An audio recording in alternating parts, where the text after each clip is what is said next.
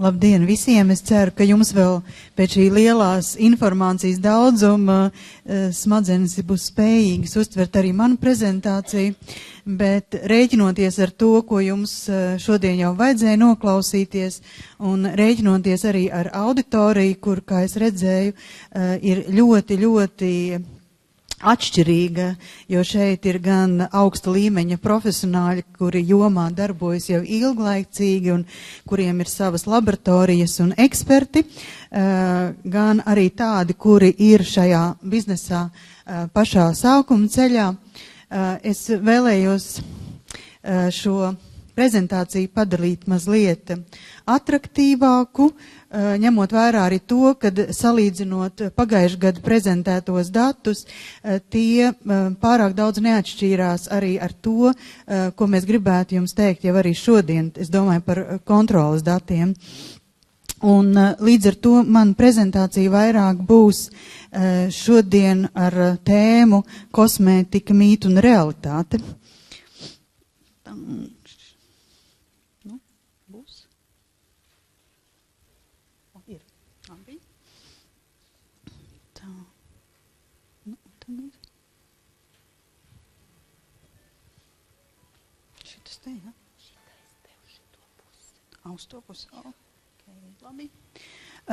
Tātad pavisam īsi es jums gribu pateikt, kādas ir izmaiņas mūsu iestādes funkcijās, bet tas pamatā ir saistīts ar izmaiņām normatīvu aktu prasībās.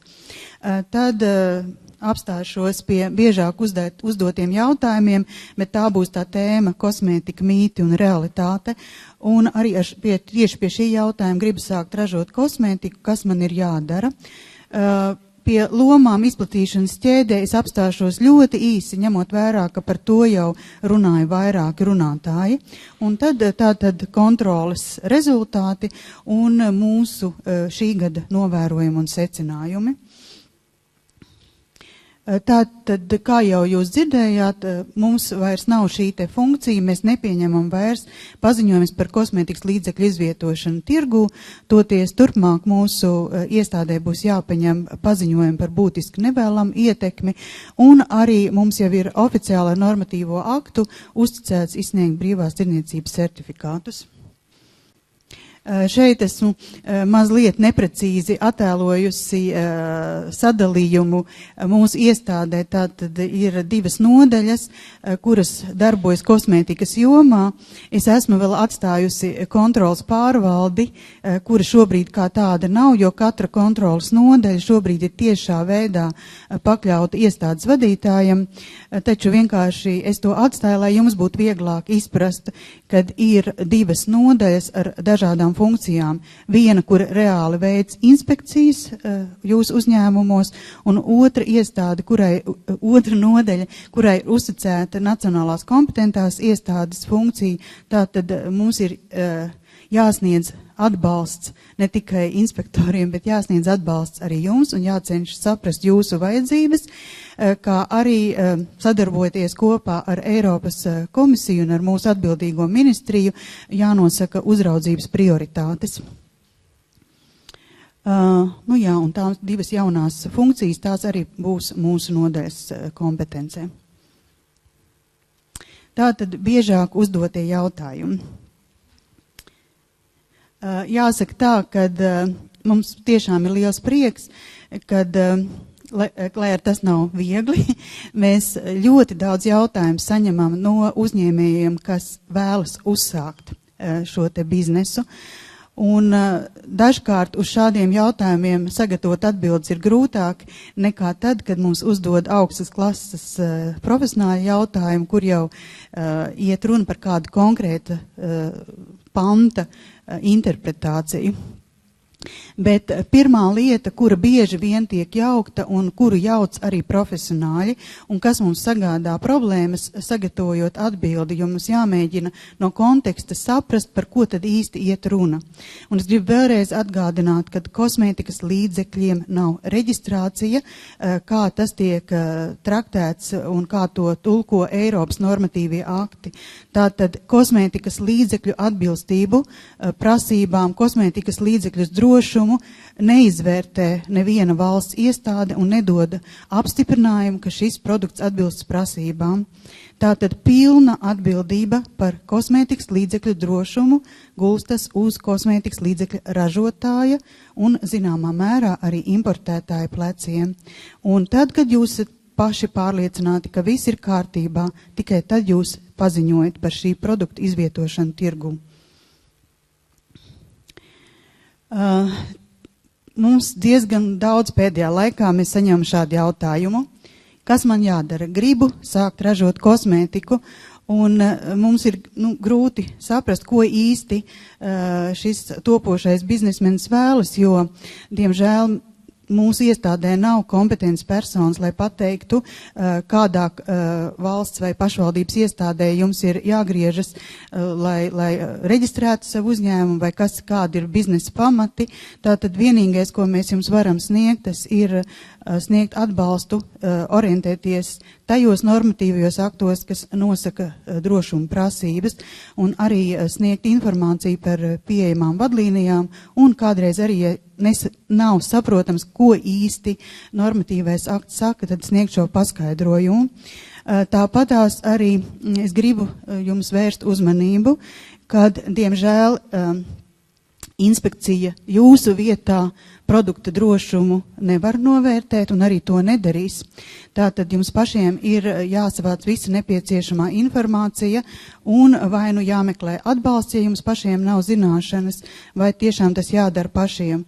Un otra tāda sāpīga lieta, ko mēs šobrīd jūtam, kad mums, ja mēs pastiepjam palīdzīgu roku, teiksim to pirmajā solītī, tad jautājumi, kas mums nāk ar vien vairāk sāk nākt, mēs saprotam, ka tur jau ir nepieciešams sniegt izglītību ķīmijā vai bioloģijā vai tur medicīnā, toksikoloģijā.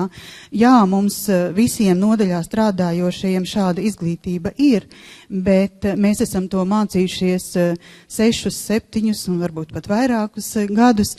Un to mēs nevaram jums nekādā veidā visu iemācīt pat tad, ja šī te konsultācija, ko mēs sniedzam, ilgst 1 vai 2 stundas.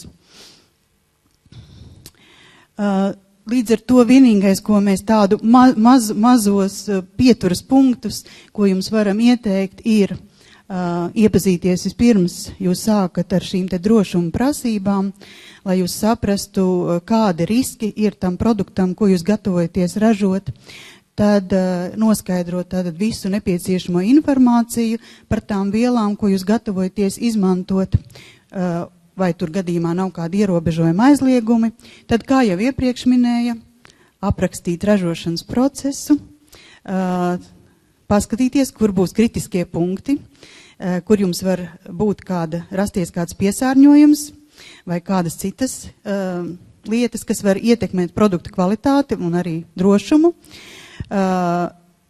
Aprakstīšana vajadzīga arī tāpēc, lai jūs varētu otrais saražot tādu pašu produktu, jo viena no sūdzībām, ko mēs saņemam, ir: es pirmoreiz nopirku produktu, viss bija labi. Nopirku otrais, kaut kas ir savādāk. Un tad ir jautājums, cik jūs paši esat spējīgi otrais saražot precīzi tādu pašu produktu.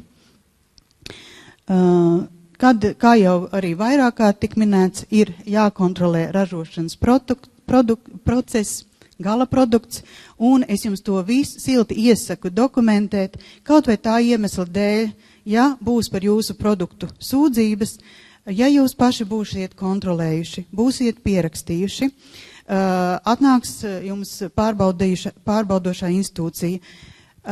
Būs daudz vieglāk jums pierādīt to, vai jūs esat bijuši vainīgi vai nē, jo varbūt, kad visa šī vaina ir bijusi pie produktu lietotāja, vai veikals nav turējis šo produktu atbilstošos nosacījumos. Tā kā tas ir jūsu paša aizsardzībai. Un, kā jau tika minēts, tātad kosmētikas līdzekļa lieta, un tikai tad, kad viss ir gatavs, tad paziņojiet par to. Tad par izglītību jau arī tika runāts, kad patiesībā prasības nav mainījušās, tikai mainījušies persona, kurai to obligāti prasa. Un tad tas ir bieži jautājums, Kāpēc man ir vajadzīga šāda izglītība? Jo es taču pērku visas produktus vai nu tur pārtiks veikalā, vai tur patās esmu izaudzējis savā saimniecībā. Un es domāju, šodien jau, ka jūs noklausījāties daudzos un dažādos runātājus, jūs vienkārši saprotat, ka bez izglītības un bez izpratnes par to, kā darbojas cilvēka organisms, kādas ir īpašības ķīmiskām vielām, kādā veidā viņas iekļūst mūsu organismā, kādi var būt riski, kad bez šīm zināšanām vienkārši nav iespējams gatavot kosmētikas līdzekli. Un ja jums varbūt ir labi talanti biznesā un zināšanas ekonomikā, jums noteikti ir vajadzīgs tomēr arī atbalsts no speciālistiem, lai efekta vietā nebūtu defekti, jo ja iepriekšējie runātāji vairāk runāja un deva piemērus, kur kosmētikas līdzekļa vaina nebija pie nopietniem veselības traucējumiem, tad mūsu inspekcijā tomēr ir sūdzības bijušas saņemtas, kur vaina ir bijusi produktam. Tātad vainu sastāvdaļas bijušas nepareizas koncentrācijas, tā kā, mans vēlējums ir strādāt ar atbildību, lai no efekta nesanāktu defekts. Un nākošais mīts: ražoja dabīgo kosmētiku, kāda tur ir ķīmija. Kā jūs redzat, šeit ir 4 augi, 2 no tiem ir ārstnieciski labi, un 2 no tiem ir ļoti indīgi. Ņemot vērā, ka man ir biologa izglītība, es varu pateikt arī, ka visus augus es nepazīstu, un arī šos 2, ko es esmu ielikusi, es nezinātu, ka viņi ir indīgi. Arī tie, kas ir ārstniecības augi, viņiem tāpēc ir noteikts koncentrācijas, kādas viņas izlieto tējām. Jo, ja jūs tos augus, viņu koncentrācija būs lielāka vai savādāka, tās īpašības mainīsies, un jūs atkal varat nonākt no efekta pie defekta. Līdz ar to es gribu vēlreiz atgādināt, ka ik viens augs ir ķīmisko vielu maisījums, un viņš ir vēl sarežģītāks kā parasta tīra ķīmiska viela, jo īpašības ietekmē ne tikai tas sastāvs, kas viņos ir, bet arī tas, kādā augsnē viņš būs audzis, jo vienam un tam pašam augam, augot dažādās augsnēs, būs pilnīgi citas īpašības. Un es lūdzu to jums ņemt vērā. Un šeit ir vienkārši izvilkumi no vadlīnijām ķīmisko vielu reģistrācijā, kur ir sniegt skaidrojums, ko tas nozīmē šādas teiksim, ķīmiskā viela, kur satur vairākas ķīmiskās vielas, ko iegūst no augiem. Un šeit, gatavojot materiālu par ēteriskajām eļļām, es esmu atradusi arī adresītes, kur jūs varat pameklēt par ēterisko eļļu īpašībām. Par izplatīšanas ķēdi vairāk es jums neteikšu. Viņš būs jums prezentācijas materiālos. Un arī inspekcijas mājaslapā, ja jūs pameklēsiet arhīvā, kur, man liekas, informācija uzņēmējiem par ēteriskām eļļām, tur ir plašāks rakstīns. Tad, ko ļoti bieži vēl joprojām jauc mūsu uzņēmēji un uzņemas uz sevi lielāku atbildību nekā tā ir nepieciešama, mēs jaucam ieviešanu Latvijā no ikvienas citas zemes, mēs to uzskatām par importu. Atcerēsimies, ka mēs esam vienotajā Eiropas tirgu, un imports būs tikai no tām valstīm, kas ir ārpus Eiropas Savienības. Un vēl ir jāpaskatās, ir arī Eiropas ekonomikas zemes, un tur jāpaskatās, kādi normatīvi akti, par kuriem mums ir līgums ar viņiem. Tā, un tad būs par kontrolas rezultātiem. Jāsaka tā, ja vēl pa 12. gadu mūsu rīcībā bija informācija, cik mums jauni uzņēmumi ienāk mūsu Latvijas teritorijā, tad šobrīd kopš ir jaunais portāls, tad šāda informācija nav. Bet kā jūs redzat, jā, tad vidēji gadā Aptuveni tā arī ir ap 20,000 jaunu kosmētikas līdzekļi ienāk Latvijas tirgū. Līdz ar to jums ir jābūt ļoti, teiksim, pārākiem un labākiem, lai jūs, kas esat jauni ienācēji, lai jūs izkarotu savu vietu Latvijas tirgū. Jāsaka tā, salīdzinot ar iepriekšējiem gadiem, tiešām atbilstošo produktu skaits ir kļuvis, protams, no tiem, ko mēs esam nokontrējuši, ir kļuvis lielāks. Tā kā par to mums ir prieks. Mēs pamazītiņām ar vien vairāk sākam pievērsties kosmētisko līdzekļu lietu kontrolei. Kā jūs redzat, tad šis skaitlis nav liels, jo arī mēs paši, iepriekš es jums nepaskaidroju tos dīvainos ciparus, ja, tad patiesībā, tad, kad mēs runājam par inspektoriem, jo tie bija darbinieku skaits, un mums neviens no inspektoriem nekontrolē tikai un vienīgi kosmētiku, tātad mēs kontrolējam arī ķīmiju, ķīmiskās vielas un maisījums, līdz ar to mums ir slodze liela, un ja jūs redzējāt, cik daudz laika vajag, lai sagatavotu kosmētikas līdzekļu lietu, tad arī, lai to pārbaudītu, vai tā informācija tur ir un vai viņa ir atbilstoša, arī tam ir vajadzīgs īpaši sagatavoties un arī daudz vairāk laika. Bet tas ir mūsu mērķis šo te darbiņu ar vienu vairāk, teiksim, vērt plašumā un pievērsties vairāk kosmētikas līdzekļu lietas kontrolei un īpaši drošuma novērtējuma esamībai un ticamībai. Laboratoriski pārbaudīti produkti. Un tā ir otra lieta, kam mēs gribam vērst jūsu uzmanību, ņemot vērā, ka mēs tiešām pēdējā laikā vairāk saņemam sūdzības par tā saucamo dabīgo kosmētiku, ekoloģisko kosmētiku. Un šeit es gribētu īpaši vērst uzmanību. Ja jūs izvietojat tirgū kosmētiku, kuru paziņojat, kurai nav klāt konservanti, tad atceraties arī to, kad šādi kosmētiskie līdzekļi ir daudz vairāk pakļauti mikrobioloģiskai iedarbībai, un jums ir jāpaskatās un jāpārbauda, cik ilgs derīguma termiņš šādiem produktiem ir un kādos glabāšanas apstākļos viņi ir jātur. Ņemot vērā, kad šādas sūdzības bija saņemts, tad arī mēs vairāk pievērsām uzmanību šādi reklamētiem produktiem, lai pārbaudītu divas lietas, vai tiešām patiesi ir apgalvojums, ka šādiem produktiem nav klāti konservanti, un otra lieta, kāda ir situācija ar produktu mikrobioloģisko piesārņojumu, un tātad šie te ir rezultāti. Nu jā, un otra lieta tāda,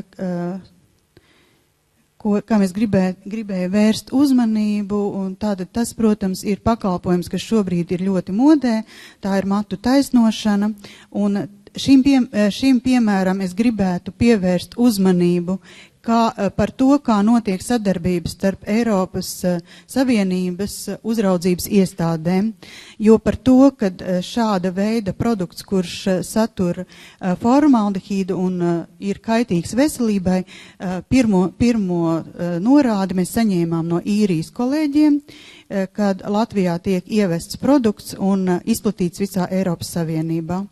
Tātad tieši tādā pat veidā arī mēs darbojamies, ja mēs konstatējam kādu produktu, kura izcelsmes valsts ir citā valsts, viņš tiek ievietots tirgū citā valstī, tad mēs par to ziņojam attiecīgās valsts uzraudzības iestādēm. Nu, un šie ir pirmie rezultāti, kas ir, vēl nav veikta pilnīga datu analīze, bet tātad par šī gada pirmiem 10 mēnešiem jūs redzat, kad pārbaudīt salīdzinoši ar pagājušo gadu ir mazāk produktu, jo šobrīd ir tā, ka mūsu inspektori vairāk nodarbojas ar demografiskā jautājuma risināšanu mūsu valstī, un līdz ar to mēs esam palikuši mazākumā, bet tie, kas ir, tie strādā vēl intensīvāk, un kā jūs redzat, aptuveni tas līmenis ir līdzīgs. Nu, pagaidām par laimi laboratoriskie testi ir visi bijuši pozitīvi un iepriecinoši.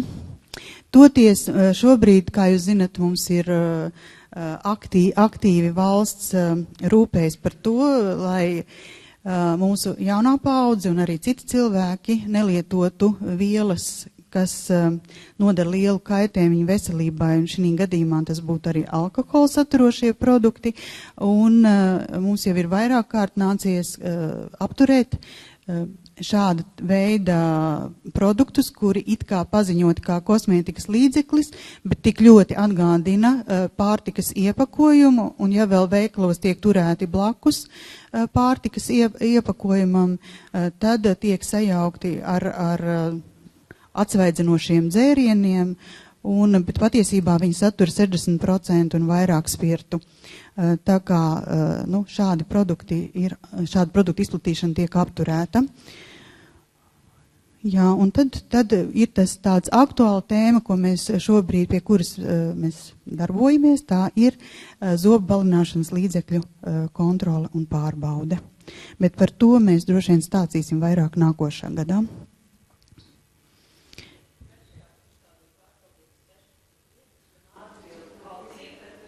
Labi, tūlītās paskatīšos. Tā. Tas bija iepriekšējā, jā? Ne, tā. Tā. Man liekas, ka bija tā tūlītās 7, man liekas, bija, jā? 3, jā? 3.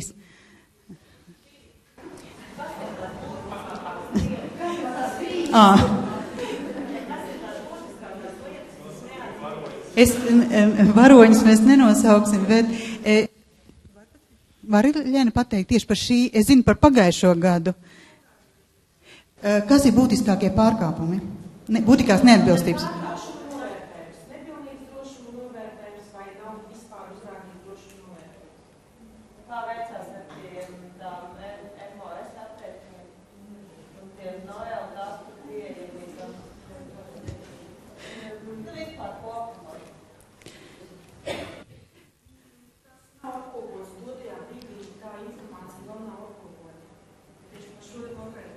Jo, ja jums ir ļoti liela interese, tad mēs vienkārši varam uz nākošo gadu tam īpaši izdalīt, jo tas, ko par 12. gadu mums vairāk ir bijis lielos vilcienos par sastāvdaļu īpašību izvērtējums, gala produkta īpašību izvērtējums, drošuma novērtējums, jā.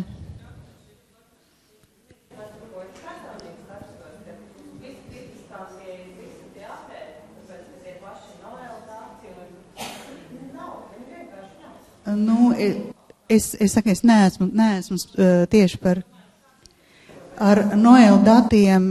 Es zinu, ka ir problēmas un ir diezgan smagi un rūpīgi jāstrādā, kā jau teica arī mūsu kolēģe, jāmeklē zinātniskā informācijā. Jo manu pašu specializācija vairāk uz ķīmiju. Un es zinu arī to, kā ķīmiskām vielām tā. Un es zinu to, cik ļoti sarežģīti un grūti ir arī ķīmijā atrast, bet tāpēc teicu, tam ir jāaptēra, iznāk ļoti daudz laika. Bet jums ir visas arī tiesības prasīt vairāk no saviem piegādātājiem. Jā, bet tas ir,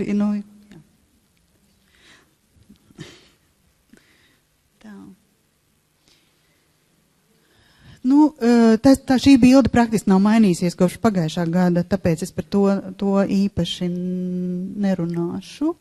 Un tas bija tas, ko es teicu par 12. gadu mums bija izanalizēts. Bet, gala drošuma novērtējumu tāds, kā jau es jau arī pagājušajā gadā teicu, ja nebūs gala drošuma novērtējums, praktiski šādi produkti tad tiks apturēti. Ja, tādas mēs nevaram pieļaut.